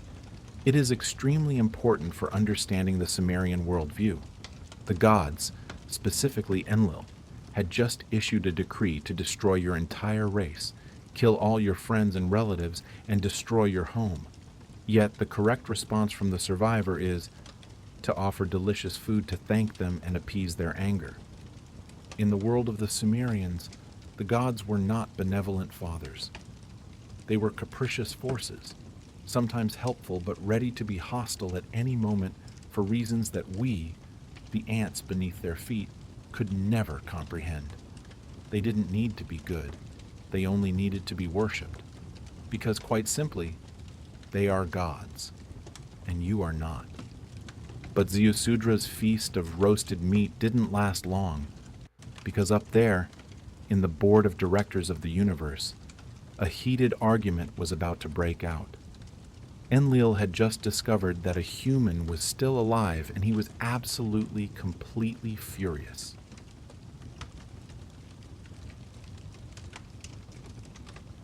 You think surviving the apocalypse is the end of the story? Oh, look at the contract the gods just threw down at us. It's not free, and it certainly isn't pleasant. As soon as the water receded, the supreme god Enlil looked down at the world and realized something horrific to him. Humans were still alive. His global genocide plan had been ruined by a security flaw named Enki, the god of wisdom and tricks. Imagine Enlil at that moment like a CEO who just discovered a subordinate had secretly leaked trade secrets to save a competitor. He was livid, screaming to know who dared to challenge his power. And Enki, with the face of someone who always has a plan B ready, stepped forward. He didn't deny it. He admitted he was the whistleblower. But listen to how he defended himself. It was chillingly political and pragmatic. Enki didn't talk about compassion. He talked about utility. He argued, "Look, Enlil, do you really intend to kill them all? Then who will plow the fields? Who will offer sacrifices? Who will build temples so we can sit in comfort and eat from golden bowls?" They were just a bit crowded and noisy. It wasn't worth total extinction, was it? The Council of Gods began a negotiation. It was no different from a bargaining session between major corporations. The result? Humanity was allowed to continue existing, but the gods decided to install a new update to the human operating system, an update full of intentional bugs. You wonder why we don't live for thousands of years like the pre-flood kings. This is the answer. To satisfy Enlil's sensitivity to noise, the gods imposed biological limits. First, finitude. Human lifespans were ruthlessly slashed. Instead of several millennia of pleasure, we now have barely a few decades. The gods throttled the bandwidth of life. Next, population control. They created groups of women who would be barren for life. They created infant mortality, a painful tragedy legitimized as a divine policy. They even released wild beasts and created diseases to take humans before their time, all just to ensure this earth is never so crowded that the gods lose sleep again. A truly humanitarian solution, right? As for Ziusudra, Enki's good boy, he received a special consolation prize for his obedience. The gods granted him eternal life, the thing every tyrant craves, and took him to Dilmun. Dilmun is described as a pure paradise where the sun rises every morning, where there are no lions killing, no wolves snatching sheep, no disease or old age, a place of absolute peace. But look closely at the trap within this reward. By taking Ziusudra to Dilmun, the gods completely isolated him from human society. Ziusudra became a living museum, a link to the past, but one that could never interfere with the new order. He was a prisoner of immortality, confined in a golden cage at the edge of the world, watching his own species struggle with disease and death without being able to do anything about it. That is the Sumerian hierarchy, a settlement between conflicting gods, where humans are just pawns on the chessboard of the powerful. They don't need you to be good. They just need you to be useful and keep quiet.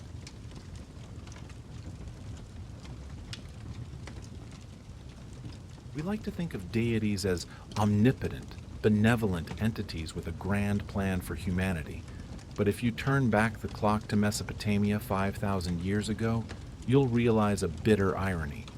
This world wasn't run by a single god, but by an extremely chaotic board of directors, where the big bosses were always ready to stab each other in the back to protect their egos.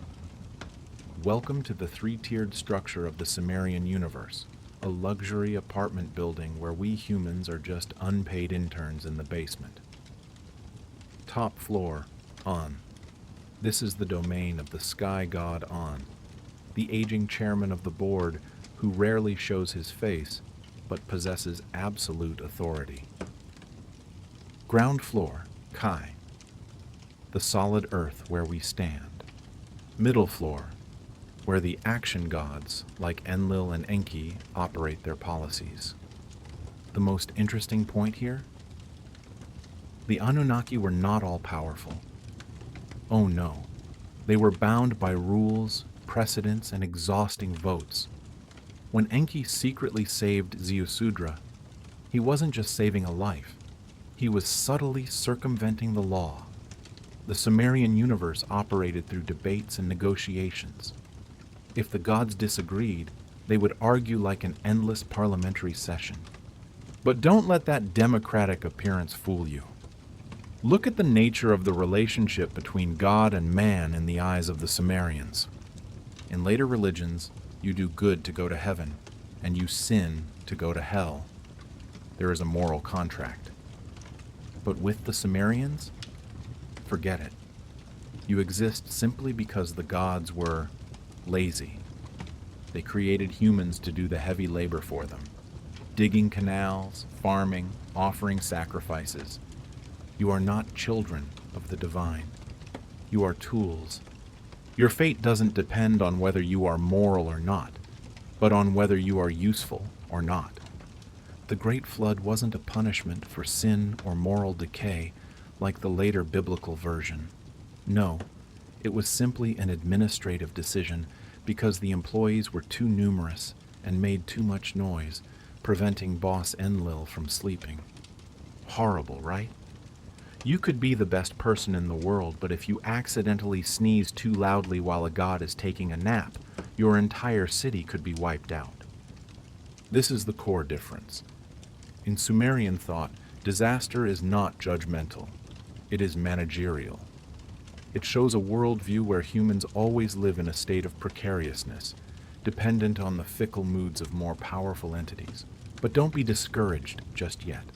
The Sumerians also left us a lesson on survival. Disaster can be of cosmic proportions, but it can be survived. If you are smart enough to have a patron on the upper floor, like Enki, And if you know how to prepare properly, you can pull through even when the whole world is underwater. This flood story isn't just a myth.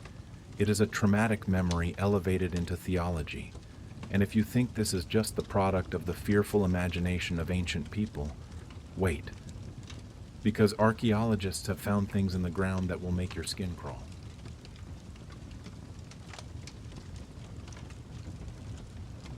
We've been talking about gods, distant divine councils, and giant ships.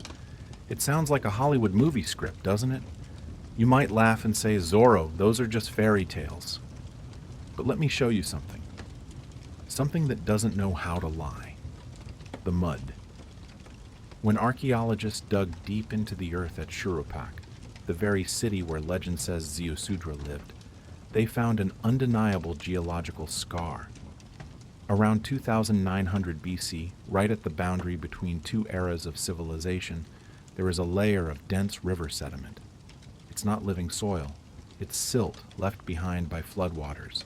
It cuts through human continuity like a knife. And it wasn't just Shurupak. At Kish in the north, at Uruk in the south, similar mud layers appeared around the same time. A catastrophic flood event swept through the Tigris and Euphrates valleys. Now, look at the truth with the eyes of a realist. Was it a great flood that submerged the entire globe from Mount Everest to the Amazon jungle? Science says no. Geology finds no evidence for such a global flood. But, and this is the important but, to an ancient Sumerian, the Mesopotamian valley was the whole world. They didn't know about the Americas. They didn't know about Australia. Their world was contained within the flat strip of land between two rivers. When heavy rains poured down from the northern mountains, merging with the spring snowmelt, the rivers rose, breached their banks, and spread for miles in every direction. When every field, every house, and every temple you ever knew disappeared under murky water, that was exactly the end of the world. It wasn't a global geological event, but it was a global psychological trauma for an entire people. The Sumerian flood myth is exactly how our ancestors processed that pain. They couldn't accept that everything they painstakingly built was destroyed just because of a weather coincidence. No, it had to have a higher reason. It had to be the will of the gods. It had to be part of some cosmic order. They elevated a natural disaster into a theological event.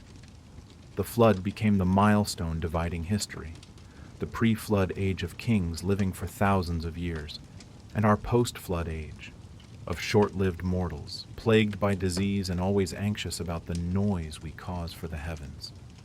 So who are the Anunnaki? Are they extraterrestrial entities as modern theories concoct, or just icons created by the Sumerians to explain a world far too harsh and unpredictable? Whatever the answer, one truth remains. We are still living in the shadow of that flood. We are still building our own half-bushel basket cities, still complacent with our technology and order, and always anxious that one day the gods, or nature, or we ourselves will press the reset button once again. History doesn't repeat itself, but it often rhymes. And if you hear the rumble of thunder from the horizon, perhaps it's time to learn how to build a boat, or at least learn how to keep a little quiet so as not to disturb Enlil's sleep.